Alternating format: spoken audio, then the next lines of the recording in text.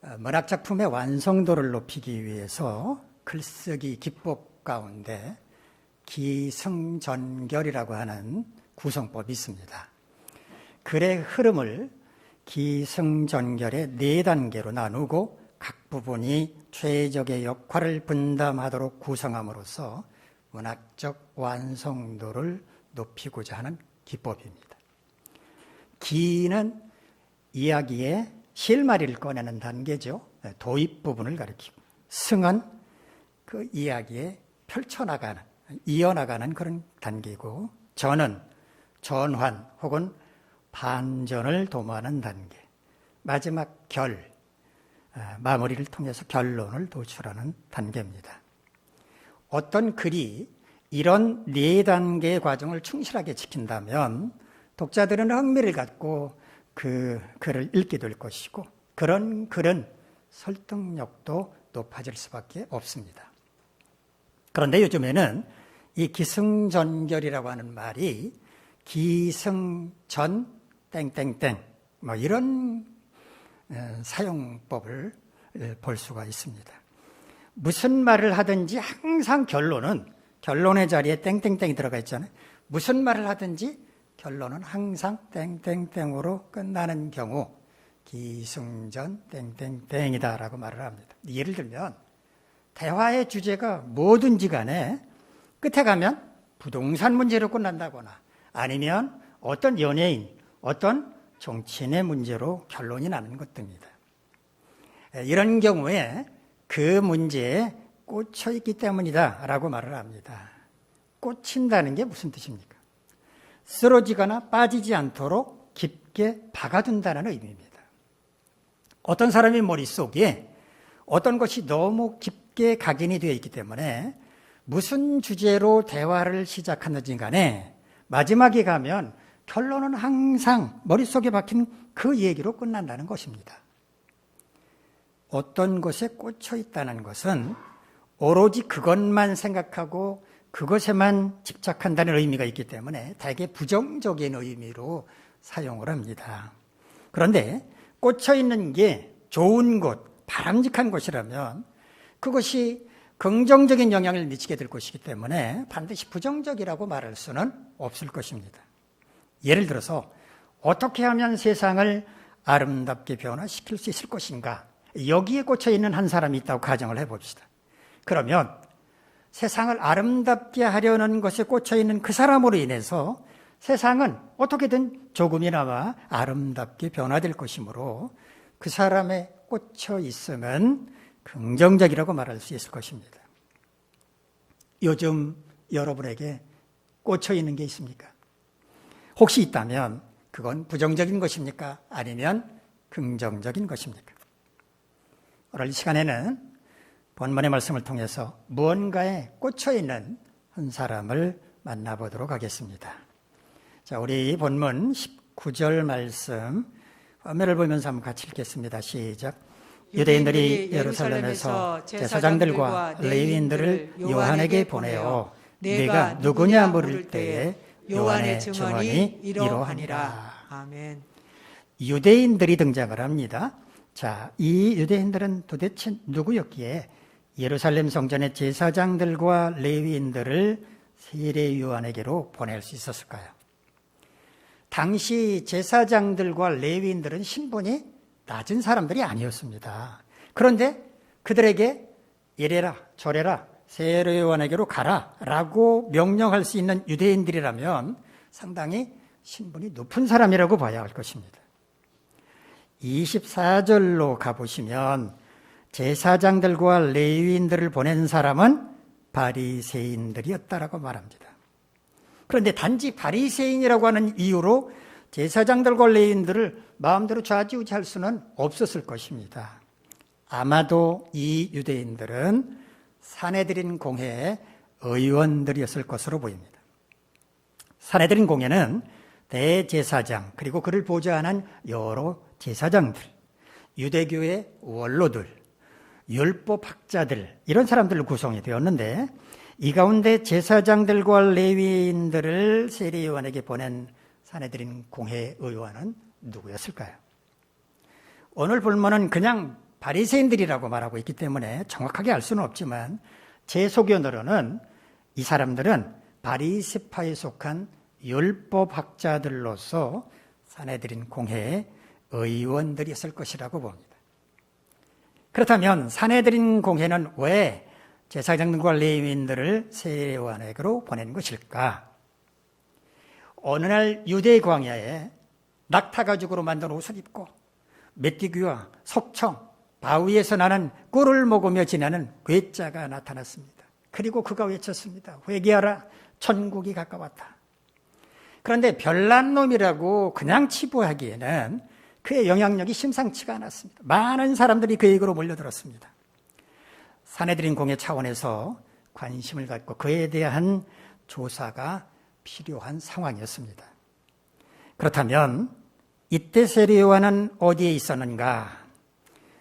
오늘 본문 28절을 보면 이때 요한은 요단강 건너편 베다니에 있었다라고 말합니다. 성경에 베단이라고 하는 곳이 두 군데가 나옵니다. 하나는 지도에서 보시는 것처럼 예루살렘 외곽의 베다니, 마리아, 마르다, 나사로가 살던 지역이죠. 다른 하나 베다니는 갈릴리 호수로부터 흘러내리는 요단강, 요단강이 사해하고 만나는 그 부분 요단강 건너편의 베단입니다. 세례 요한이 있던 곳은 요단 동편의 베단이라는 곳이었습니다. 그러니까 산헤드린 공회는 예루살렘으로부터 꽤나 멀리 떨어진 요단 동편의 베다니까지 제사장들과 레위인들을 파송했다는 말입니다. 그만큼 세례 요한의 문제는 그들에게 중요했다라고 하는 것을 말해주는 겁니다. 자, 그렇다면 산헤드린 공회는 제사장들과 레위인들을 왜 무슨 목적으로 세례 요한에게 보냈는가? 그들이 갖고 간 임무는 뭔가? 세례 요한이라는 자가 도대체 어떤 사람인지를 알아오라는 임무를 맡겼습니다.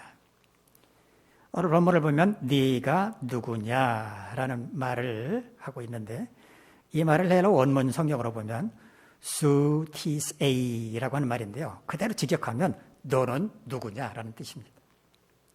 너는 보통 사람들하고는 사뭇 달라 보이는데 도대체 넌 누구냐라고 하는 질문에 대한 답을 가져오도록 제사장들, 레위인들을 보낸 것입니다.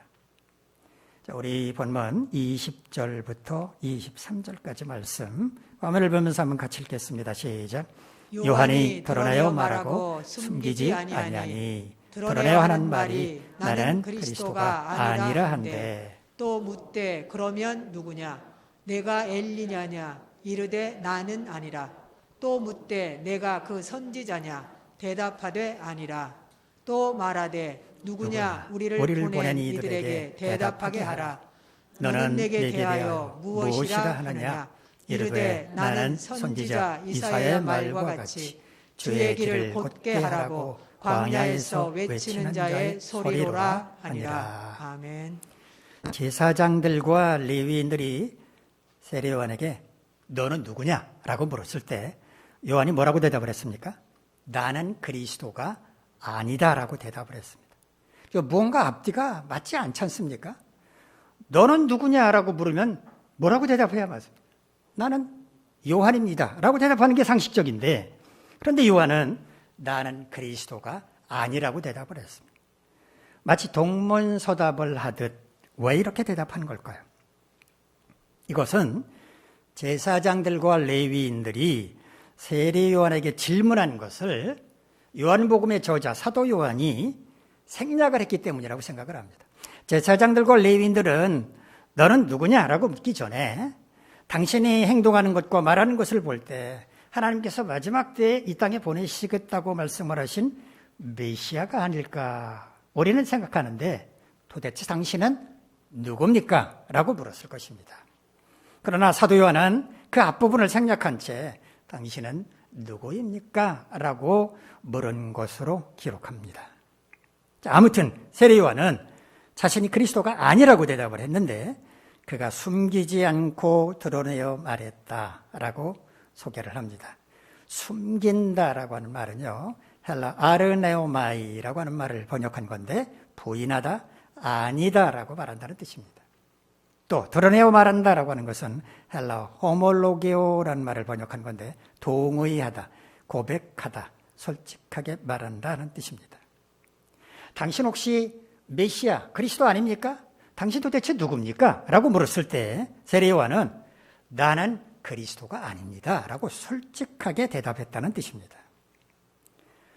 제사장들과 레위인들은 다시 묻습니다. 그러면 당신은 엘리야입니까? 아니, 왜 갑자기 엘리야가 등장을 한 걸까요? 이것을 이해하려면 말라기의 말씀을 알아야 합니다. 말라기 4장 5절을 보면 여호와의 크고 두려운 날이 이르기 전에 하나님께서 엘리야 선지자를 보낼 것이다 라고 말씀을 하셨습니다. 세례 요한이 나는 그리스도가 아닙니다 라고 대답을 하자 제사장들과 레위인들은 그렇다면 하나님께서 메시아보다 앞서 보내신다고 말씀하셨던 그 엘리야 선지자입니까? 라고 물은 것입니다. 마태복음 11장을 보면 예수님은 세례 요한을 가리켜서 엘리야라고 말씀을 하신 것을 볼 수가 있습니다.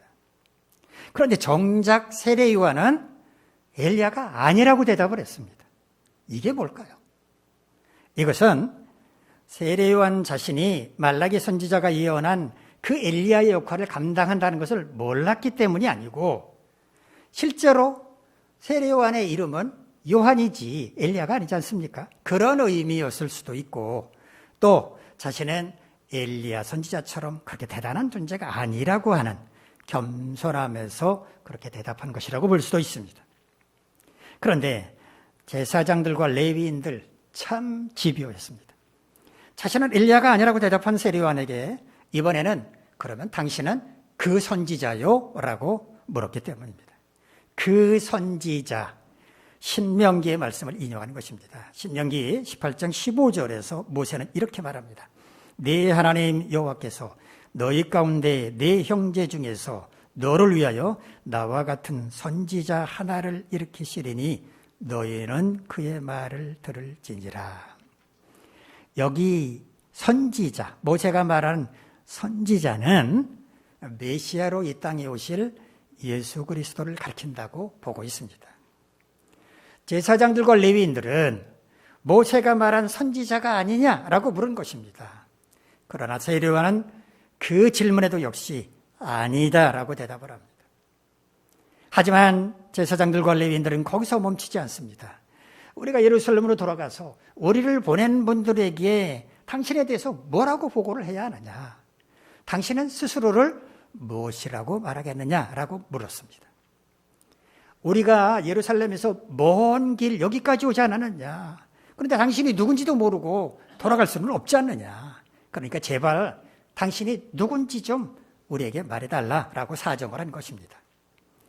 그러자 세례 요한은 이사야 40장 3절 말씀을 인용합니다. 외치는 자의 소리여 이르되 너희는 광야에서 여호와의 길을 예비하라. 사막에서 우리 하나님의 대로를 평탄하게 하라. 외치는 자의 소리. 번역이 좀 매끄럽지가 못하죠. 여호와께서 오시니 광야에 큰 길을 내고 하나님께서 오시니 사막에 큰 길을 평탄하게 닦으라. 크게 부르짖는 소리가 들린다. 뭐 이렇게 번역을 하면 맞겠습니다. 자, 이것은 이 땅에 오실 메시아 그리스도를 맞을 준비를 하라는 말씀입니다. 이렇게 외치는 자는 누구겠습니까? 메시아를 영접할 준비를 하게 하는 사람입니다. 세례 요한이 이 말씀을 인용한 것은 자신은 그리스도를 영접하도록 준비시키는 사람이라고 하는 의미였습니다. 이와 같이 세례 요한이 자신의 정체성을 분명하게 밝히자 제사장들과 레위인들은 다시 질문을 던집니다. 우리 본문 25절 말씀 함께 읽겠습니다. 시작. 또 물어 이르되 내가 만일 그리스도도 아니요 엘리야도 아니요 그 선지자도 아닐진데 어찌하여 세례를 베푸느냐. 아멘.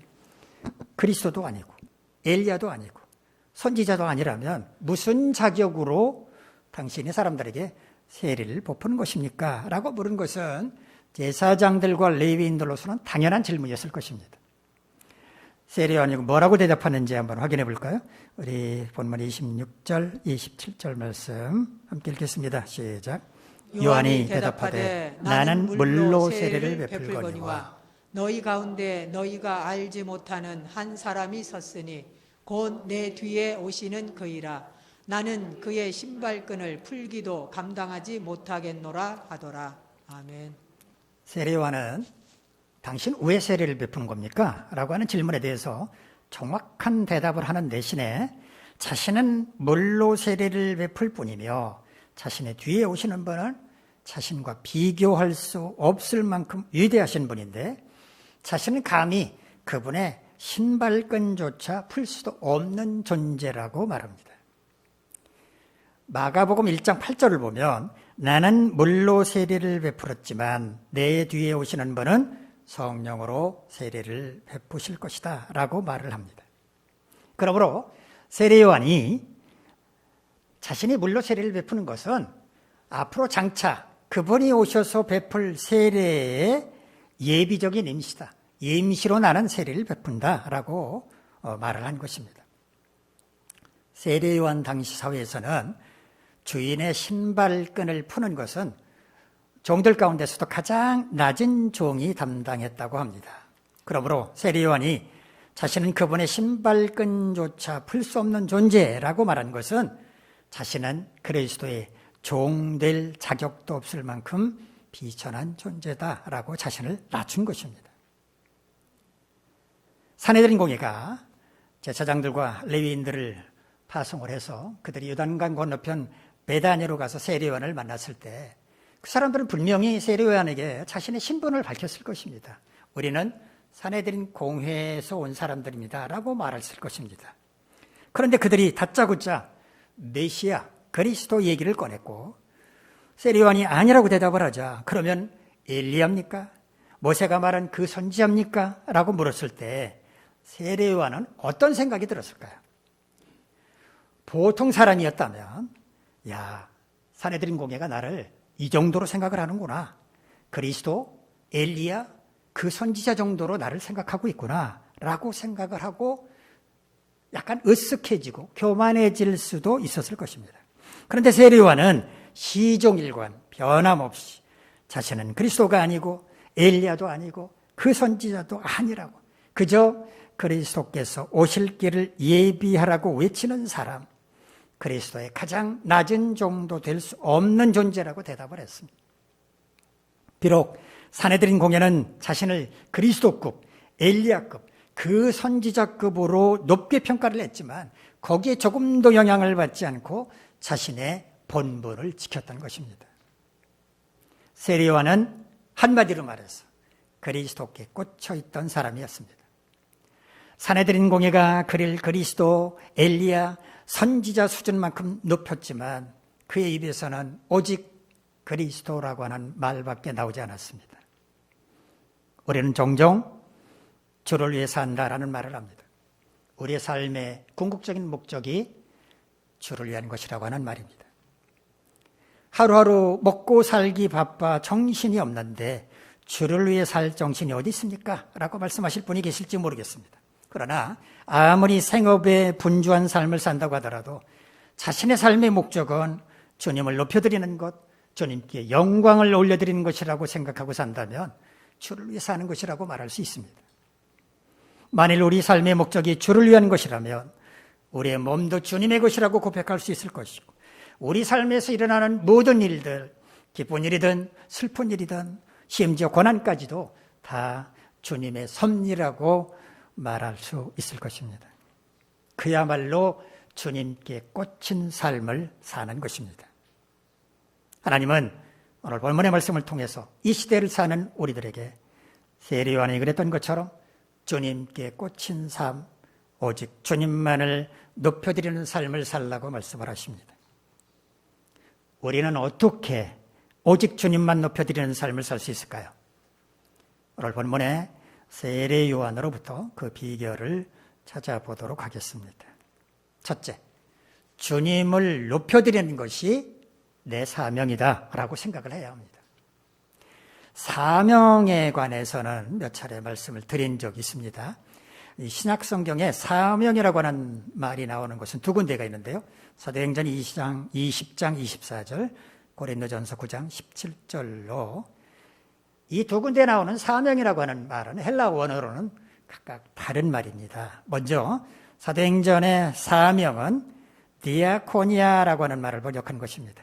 이 말은 주로 봉사, 섬김이라는 말로 번역이 됩니다. 고린도전서의 사명은 오이코노미아라고 하는 말을 번역한 것인데요. 청지기직 혹은 경영이라는 말로 주로 번역이 됩니다. 이 두 말을 종합한다면 사명이란 주님을 섬기는 것, 주님의 뜻을 힘써 행하는 것이라고 정리할 수 있습니다. 세례요한의 사명은 장차 이 땅에 오실 주님을 세상에 소개하는 것이었습니다. 지난주에 말씀드린 것처럼 본무대가 시작되기 전에 관객들 앞에서 분위기를 고조시키는 FD, 필드 디렉터처럼 주님이 오시기 전에 주님에 대한 기대감을 고조시켜주는 조연 역할을 하는 것, 그게 바로 세례요한의 사명이었습니다. 우리의 사명도 세례요한처럼 주님을 세상에 전하는 것, 오직 주님만을 높여드리는 것이 되어야 합니다. 하나님께서 우리를 죄악 가운데서 구원해 주신 목적 또한 우리가 세상 가운데로 들어가서 거기서 이런 사명을 감당함으로써 하나님의 나라를 확장시키는 도구가 되게 하려는 것이기 때문입니다. 그렇다면 우리는 어떻게 주님을 높여드릴 수 있을까요? 주님을 높여드리는 방법 첫 번째, 주님을 찬양하는 게 곧 주님을 높여드리는 것입니다.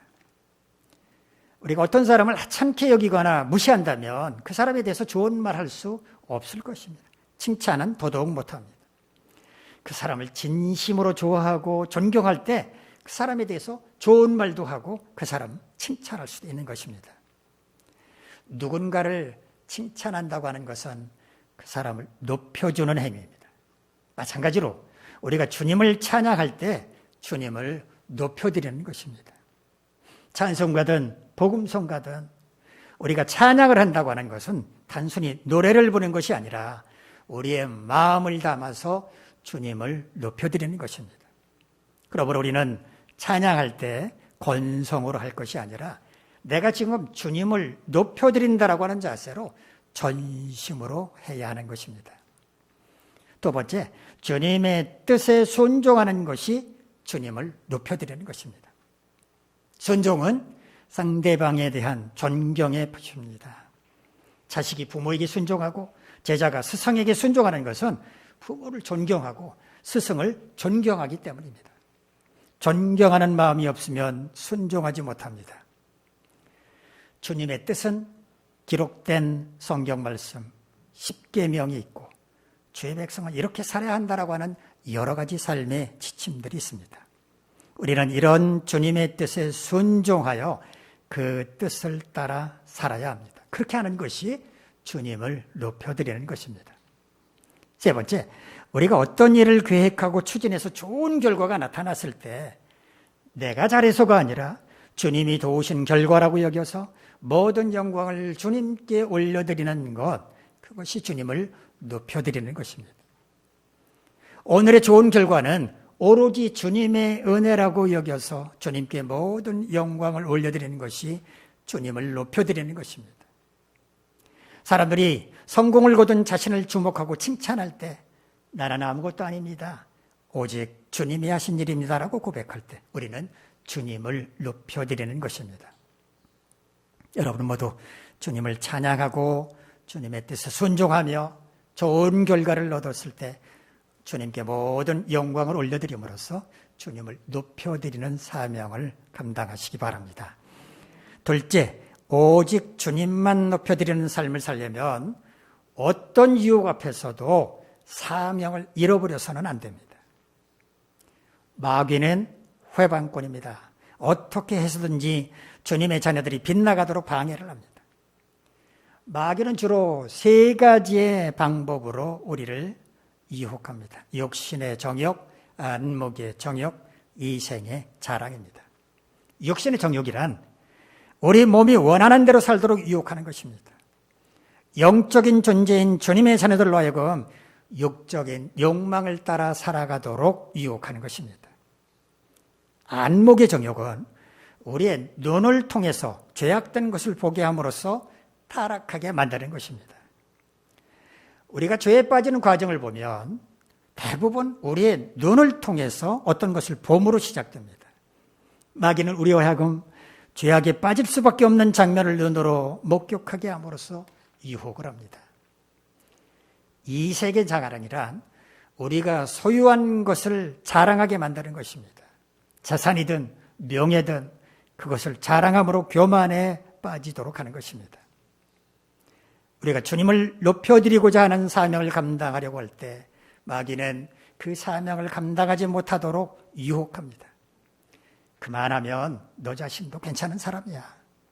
너 자신을 자랑해도 아무 문제가 없어. 사람들이 너를 얼마나 존경하고 따르는지 알고 있잖아. 내가 주인공이 된다고 해서 이상할 거 아무것도 없어. 이렇게 유혹을 합니다. 이런 마귀의 속삭임에 넘어가게 되면 우리는 주님이 아니라 우리 자신을 높이려고 할 것입니다. 주님 얘기가 아니라 자기 얘기를 더 많이 하게 되고 주님의 능력이 아니라 자신의 능력을 자랑하게 될 것입니다. 1884년 7월 미국 북장로교 선교부의 파송을 받아서 감리교 선교사 아펜젤로와 함께 한국에 입국한 언더우드 선교사, 연희전문학교, 지금의 연세대학교, 세문안교회, 세브란스 병원, 평양장로의 신학교 설립 등 이 땅의 복음화와 문명화에 빛나는 업적을 쌓은 분입니다. 어느 날 언더우드 선교사가 시골 주막에서 식사를 하고 있었답니다. 이상하게 생긴 서양 사람이 밥을 먹고 있었으니까 사람들이 얼마나 신기하게 바라봤겠습니까? 온 마을 사람들이 다 몰려 나와가지고 언더우드 선교사가 밥 먹는 걸 구경하고 있었습니다. 그때 어떤 청년이 옆 사람에게 이렇게 말을 했답니다. 하참, 고개 밥을 먹네. 한국말을 다 알아들었던 언더우드 선교사, 그 청년의 말을 듣고 빙그레 웃으면서 이렇게 대꾸를 했다고 합니다. 예, 국도 먹을 줄 압니다. 그러자 그 청년이 더 놀란 눈으로, 동그란 눈으로, 야, 이거 봐라. 그게 말도 할 줄 아네. 그러자 언더우드 선교사는 빙그레 웃으면서 말을 했답니다. 예, 글도 쓸 줄 압니다. 짐승이나 물건이라면 몰라도 사람을 가리켜서 그게, 그것이라고 말한다면 모욕적인 말이 아닙니까? 하지만 언더우드 선교사는 그런 모욕적인 말도 달게 받아들이고 자신을 낮췄다는 것입니다. 정말 대단한 사람이 아닐 수 없습니다. 언더우드 선교사의 그런 겸손함에 감동을 받은 그 청년, 나중에 예수 그리스도를 영접했다고 합니다. 언더우드 선교사는 어떻게 그토록 겸손할 수 있었을까요?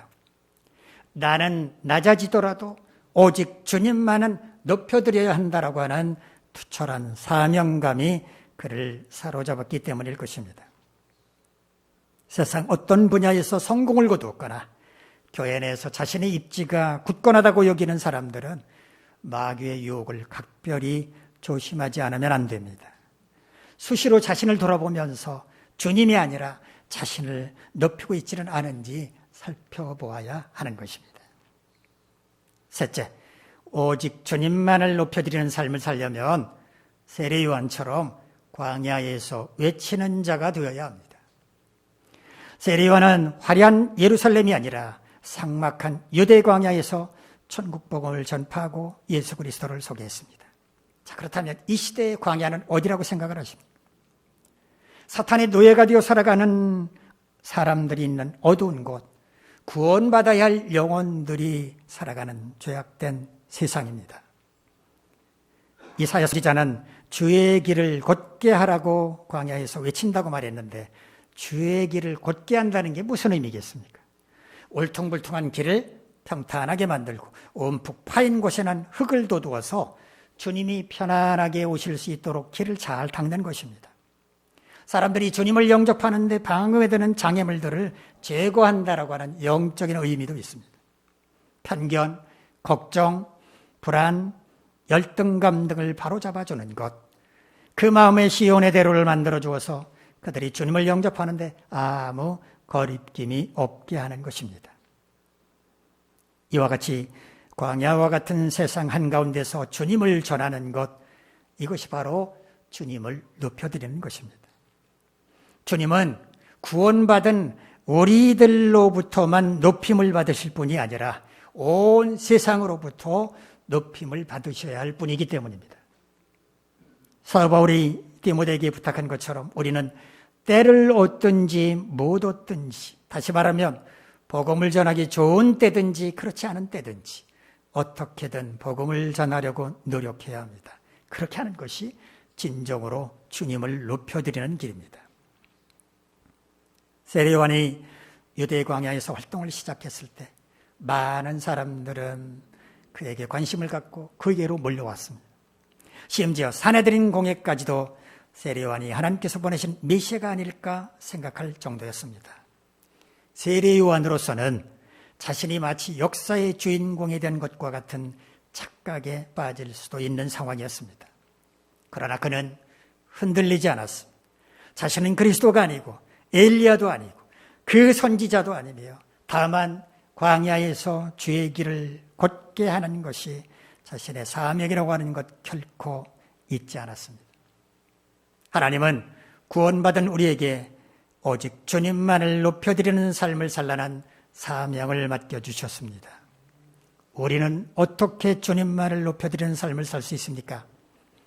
주님을 높여드리는 것이 내 사명이다 여김으로써 어떤 유혹 앞에서도 사명을 잃지 않음으로써 세례요한처럼 광야에서 외치는 자가 됨으로써 우리는 오직 주님만을 높여드리는 삶을 살 수 있습니다.